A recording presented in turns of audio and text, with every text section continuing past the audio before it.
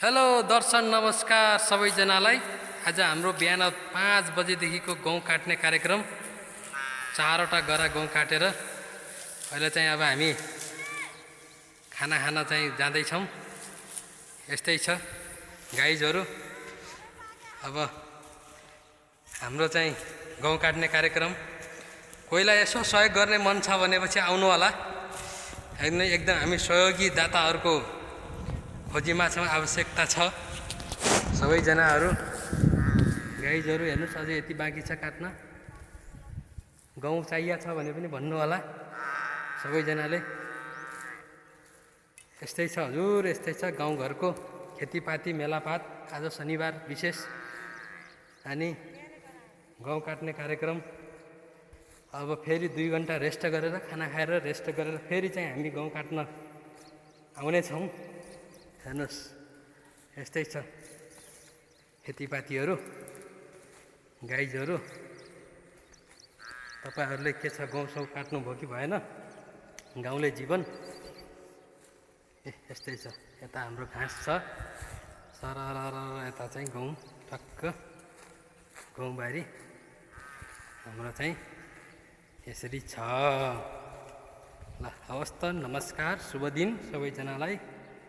ल हेर्नुहोस् कि हाम्रो गाउँबारी, हाम्रो गाउँ यस्तै छ हजुर। साथीहरू, अहिले भने म सम्पूर्ण काम भ्याएर गहुँ काटेर खाना खाएर किल्लिङमा आइसकेको छु। अब 2-3 घन्टा 4 घन्टा जति किल्लिङमा बसेर फेरि साँझ नियमित रूपमा आफ्नो काम, आज शनिबारको काम गहुँ काट्ने अभियानमा 4 बजेदेखि फेरि चाहिँ जोडिनेछु। अनि तपाईँहरू कहाँ हुनुहुन्छ, कस्तो अवस्थामा हुनुहुन्छ? हाम्रो यो बाँके जिल्लामा चाहिँ गर्मी भत्त बढेको छ, धेरै गर्मी चाहिँ चढेको छ। यो सिजनमा मौसमी रुखाखोकी, भाइरल ज्वरोका बिमारीहरू चाहिँ एकदम बढिराख्नु भएको छ।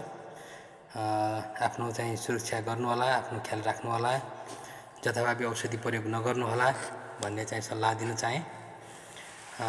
यदि चाहिँ भाइरल ज्वरो, भाइरल रुखाखोकी लागेको खण्डमा सामान्य घरेलु औषधि र नर्मल पारासिटामोलहरू मात्र प्रयोग गर्नुहोला।